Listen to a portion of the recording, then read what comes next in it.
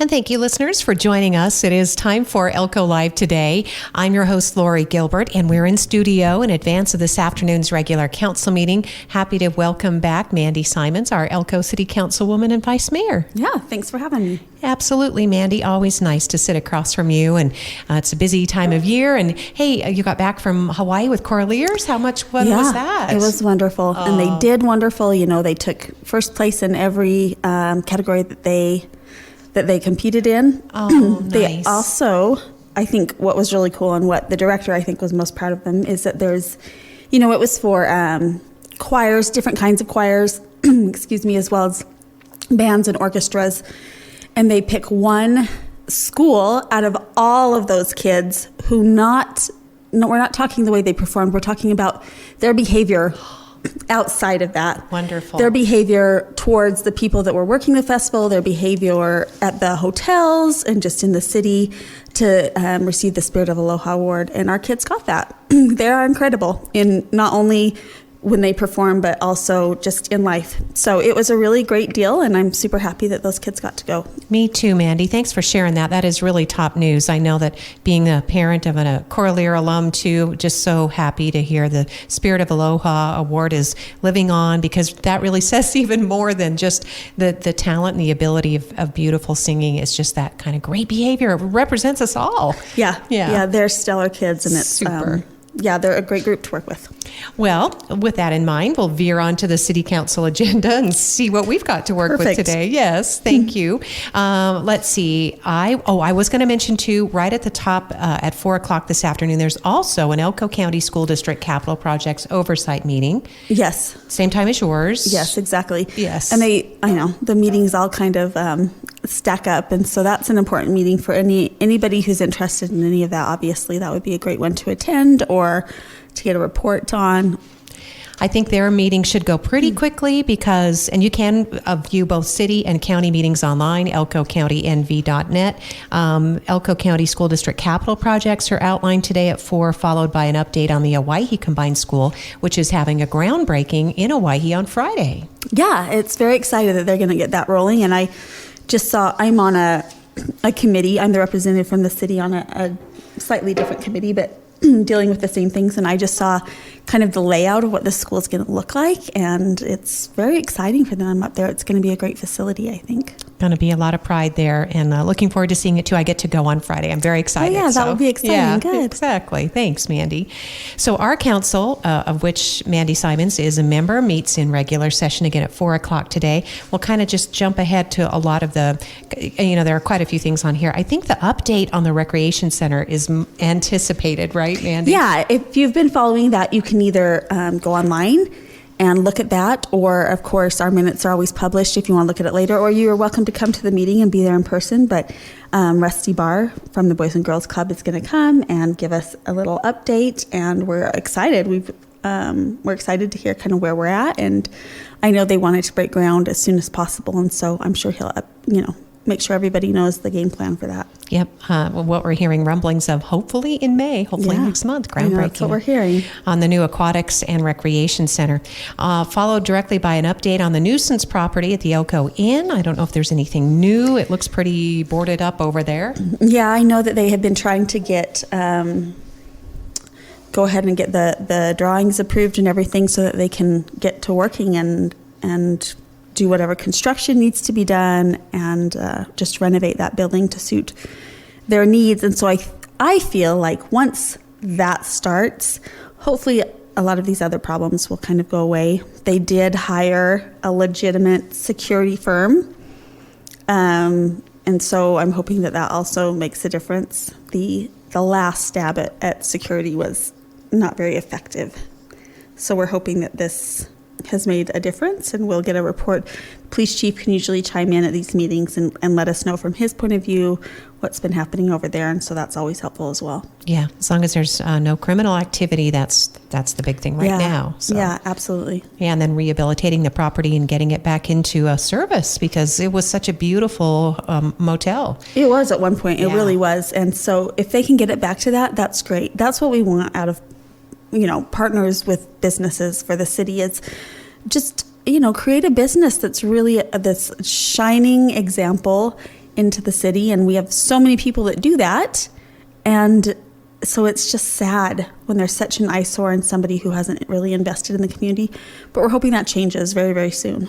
And we hear from people like Annette Kerr, Elko Convention and Visitors Authority Director, Mandy, that creates a huge hole in the opportunities for people to stay in Elko when you were short on rooms. Yeah, exactly. There are several times a year when these rooms are booked up. I know for graduation, it's exact same time as the mining expo. And so people are struggling, I want to come watch my grandchild graduate, and it's like, well, there's no rooms. So we could certainly use more rooms.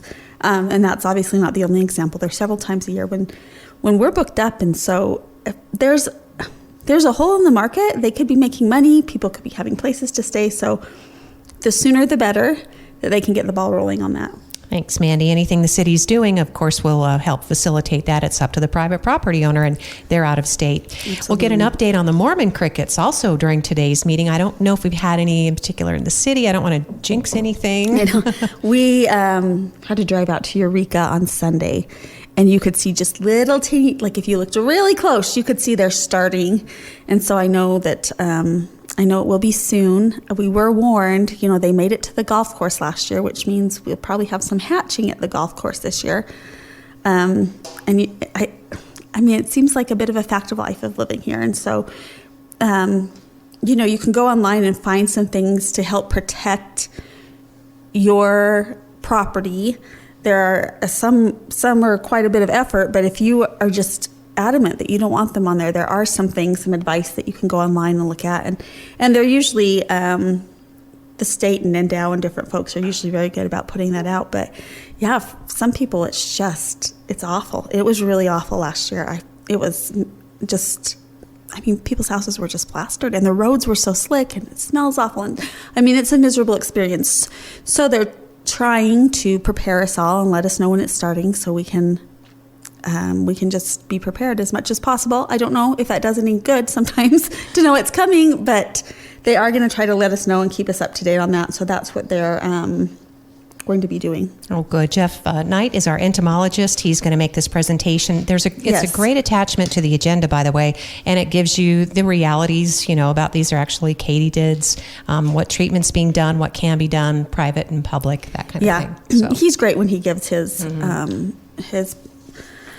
presentations. We're grateful for all the information that he shares with us. So yeah, again, if somebody can't make it to the meeting, you can go online and see these in the minutes, or even pull up the agenda now, even before the city council meeting. It's really helpful. Also under consent agenda today, reviewing and possible approval of a letter of support from Elko City Council for the Cowboy Arts and Gear Museum. They're applying for a Nevada Travel and Tourism grant. Yeah, and every once in a while we'll get asked if we can sign something like this, just saying that we support it or that we might be involved, and it can be it doesn't even have to, it's not like we're saying we're going to monetarily do anything. It's just, hey, yeah, we support these people and they're a vital part of our community. And so every once in a while we get asked to write some kind of letter. Sure. So looking forward to seeing how Cowboy Arts and Gear, what they're doing, what they're up to. I run into Susan Wright occasionally, and with Jan Peterson's retirement, I think everyone's realizing, wow, she did a lot of stuff. She did everything. Yeah, she did everything. Yep. So looking forward to helping support Cowboy Arts and Gear. And then if we move ahead again, and we can also jump back, I know you're introducing a new street department worker, and that's always great to have new employees. The city has many openings right now, including for a civil engineer. Yeah, we do have it. So if you're looking for a job, be sure to check out the city's website. But Anthony Cross will be joining our street department, and so we're always thrilled to have somebody new, some fresh blood, and I'm sure he'll be wonderful. And then we are looking at increased water rates for the city of Elko. This is we're at the beginning of the process. Yeah. So we, and I don't think it's just us. I think things are just getting expensive. And so we had a bit of a reality check saying, hey, this is where we're at, and this is how much money we're behind just to provide these services. And water, like many other services in the city, are services that we try to have paid for by the users. Not everything does that. Like the police, for example. We all pay for police whether we ever call them or not, right? But things like water and sewer, we try to directly correlate that so that it's the users really paying for most of it. And we're just behind. And part of that really is that many of us, myself included, are on a flat rate, which is awesome. And it's so great and it's so cheap. But in reality, what that means is that other people are picking up our slack and they're really paying for part of it. And so it's not a very fair system.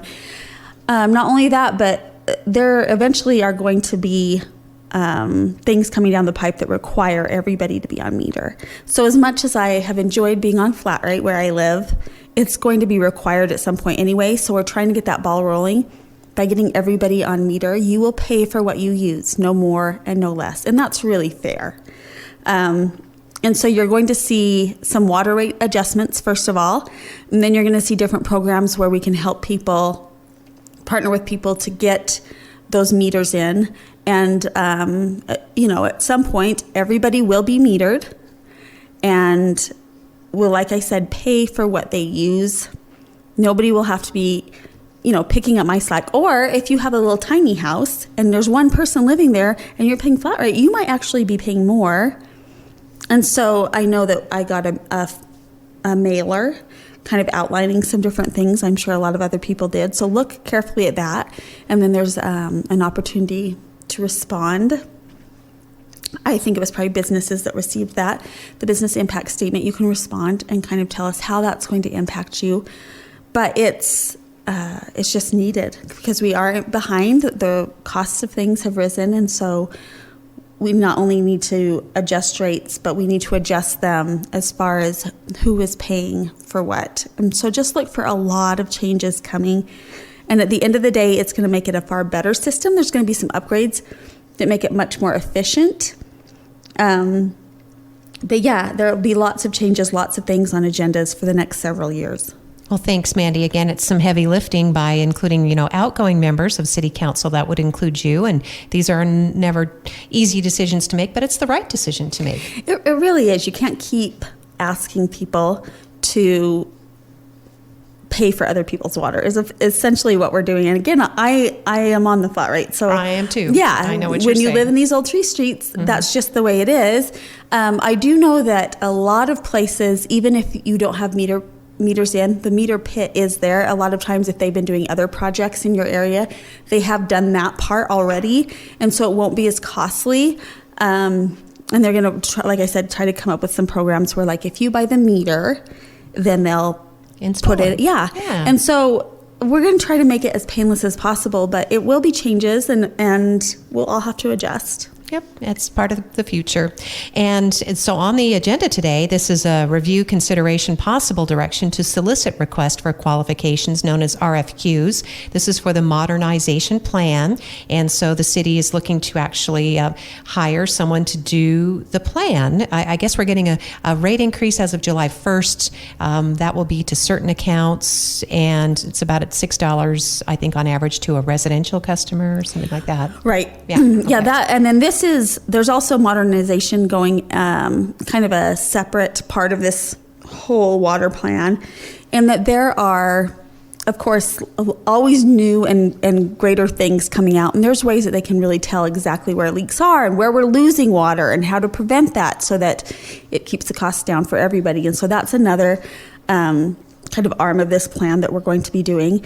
And so sometimes we don't go out to bid. In some situations, we're required to do a request for qualifications, and different firms will, send us the information required, and then we go through and say, okay, out of all of these, there's usually a panel of people, and who's the most qualified, and then they get into the money. Okay, well, how much is this going to cost? But this is one of those situations where we put out a request for different folks that are involved in this kind of thing to come to us and say, yeah, I would really be interested in working with the city.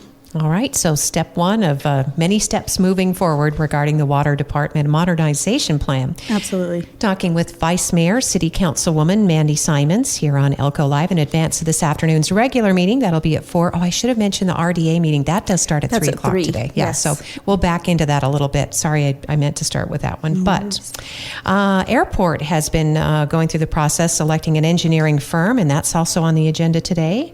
Yeah, so we have to do this every once in a while. This is another situation we have to do for the airport a lot, is where we request the RFQs, and then we look through them and decide, okay, who's the best fit for us, who's the most qualified.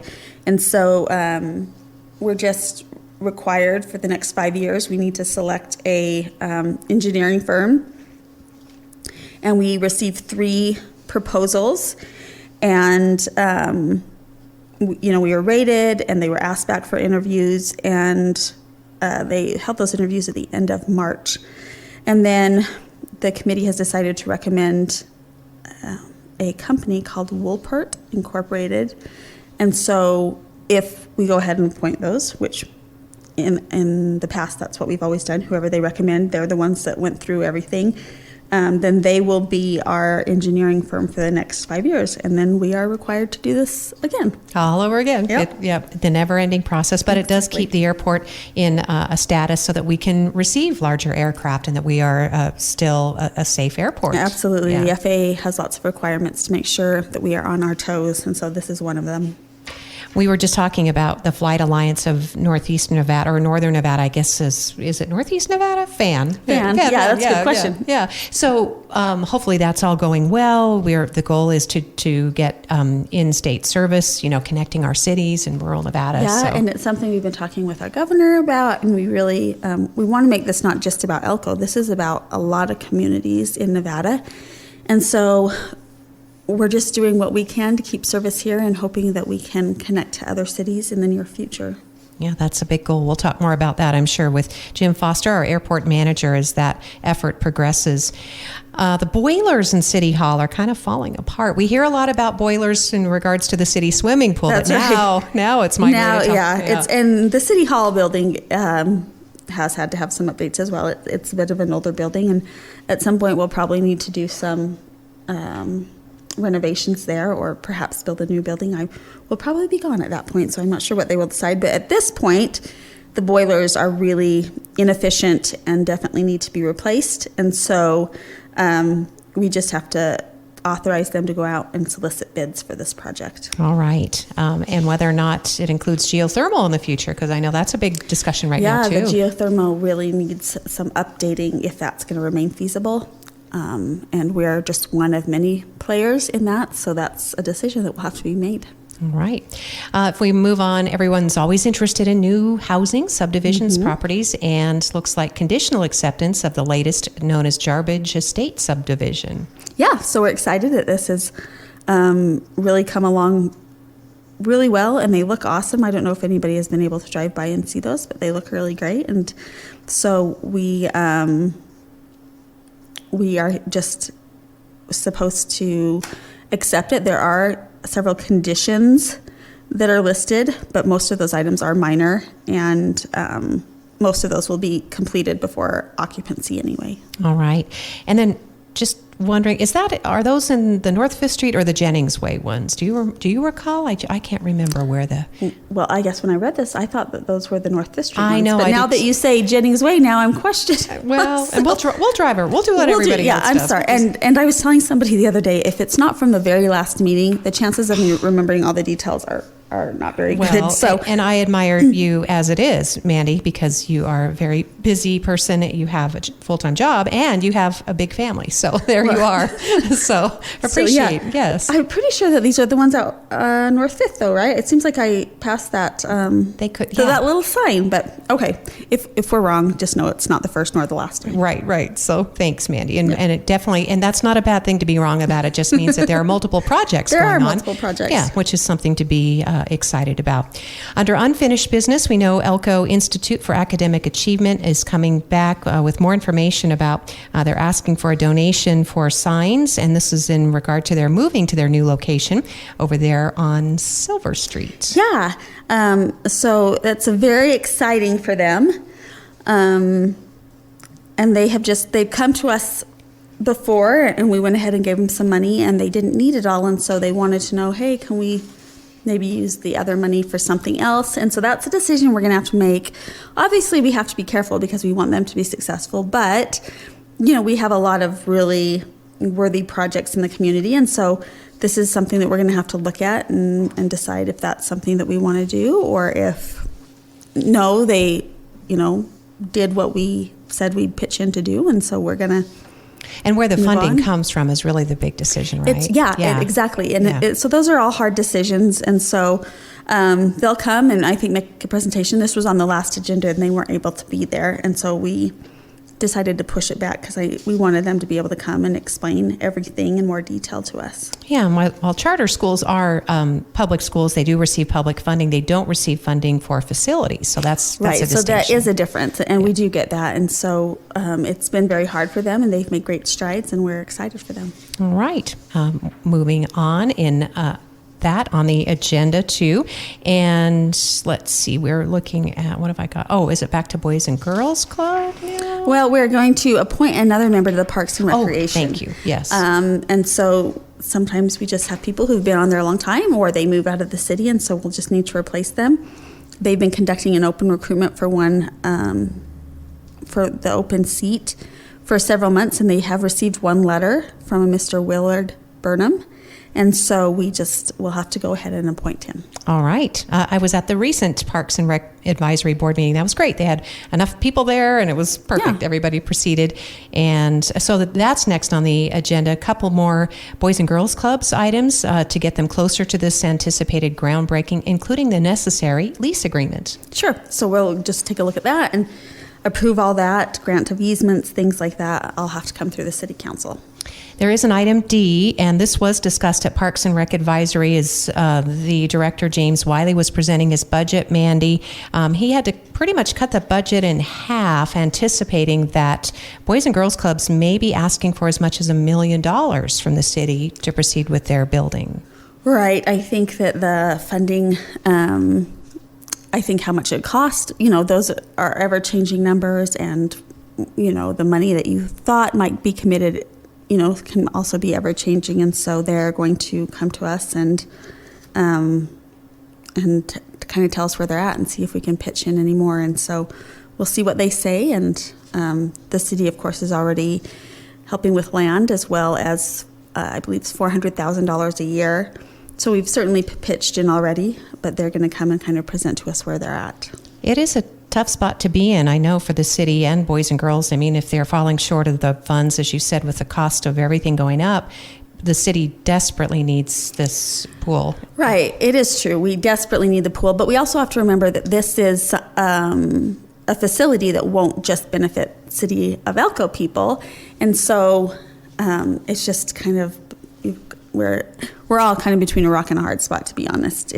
We want them to be successful, we want them to get going, but at the same time, it's not fair to our citizens to pay, maybe for it all, especially if it's going to be run by the Boys and Girls Club. And so we'll just have to look at what they're saying and make the best decision we can with that. And that will, again, be a presentation that they'll give us tonight.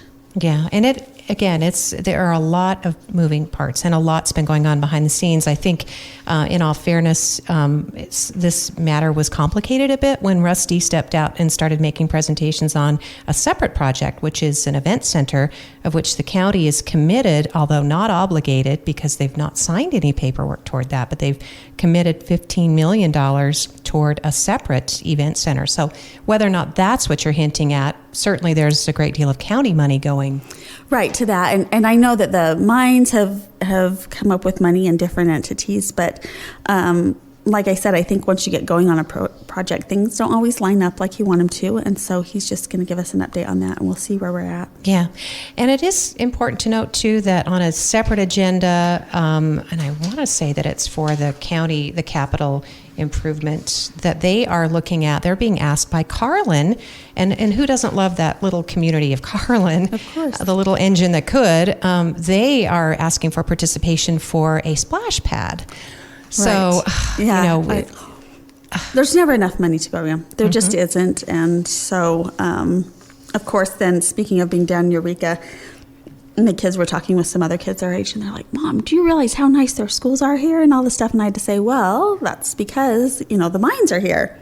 And so even though a lot of the people, we provide the services for a lot of the employees, a lot of the money goes here, and good for them. Like, who wouldn't want to be in that situation? But the point is, we could obviously use a lot more of that tax money coming our way, and I think that's why the mines are so generous to our community, is because they realize that that's the situation that we're in, and so there's just never enough, and it's a hard deal to come up with all these funds. I know that there's a lot of great projects out there that are worthy to be built. The high school track, is in desperate need of a redo, and I know other schools have recreation facilities that they need done. I know, the county different cities in the county have projects and within the city, so you just have to be very careful about picking and choosing where that money goes. And speaking of, we'll back up now and talk about Redevelopment Agency with our City Vice Mayor and Councilwoman Simons. And RDA, that does meet at 3 o'clock today, City Council chambers in regular session, among the top considerations. And boy, we were all really excited that those the sidewalk improvement bids would come in, but they're over. It's at like $2.3 million. Yeah, and so in those situations, we'll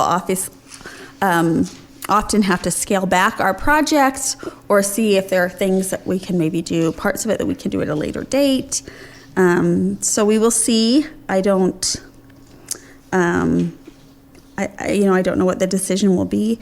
The staff will, of course, present all the different options to us, and then we'll decide how we want to proceed. Yeah, the agenda item is possible award of or authorization to rebid the downtown corridor sidewalks project. So, it could indeed be determined there's money for it. Yeah, we've got the money, let's go for it. That's certainly something that we've done before. It often depends on, how much money we have in that fund and how much they're over and all these things. So we're going to take a look at that. But it will be so nice when that project gets done. It's going to make a huge difference downtown, make it much more walkable, much more friendly.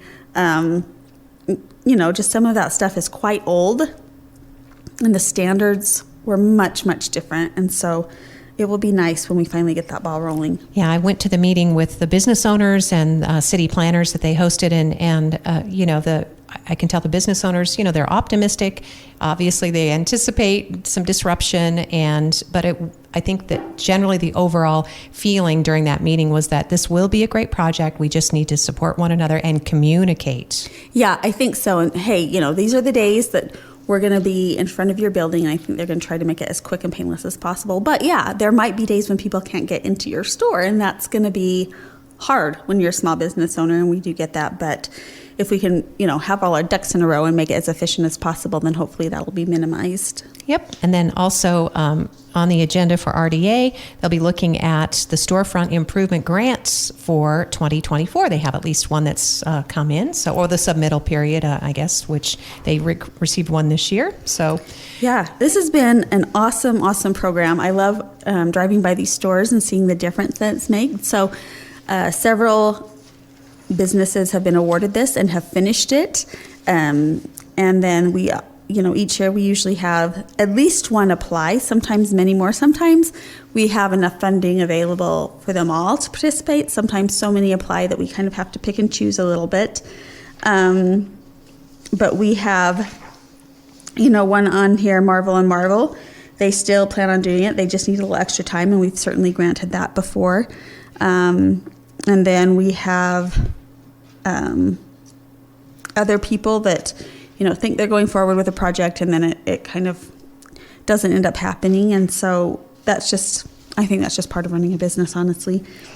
But we've had, I don't even know, at least 20 businesses, I would guess, that have taken advantage of this. And we, pitch in a certain amount, and then they have to match that. And it makes a huge difference. It's really awesome to get. I know somebody said it's like a salesman came through town at one point and kind of sold that corrugated metal siding or something, and because we have so many buildings that have it, and a lot of people said, hey, I'd like to make this look like it used to, tear that down, and there's brick under there and it looks so much better. Or some people wanted to update it and make it more modern, but it's made a change downtown for sure. Yeah, it is beautiful. It's a wonderful project, and will continue as long as it's a tax increment and the businesses participate, as you said, and then the property owners get to share in the cost, so they can make it as least expensive, or if they want to go with something more elaborate, they can choose that too. Sometimes small changes are all you need to make a big impact, and then sometimes it's a complete redo that they want.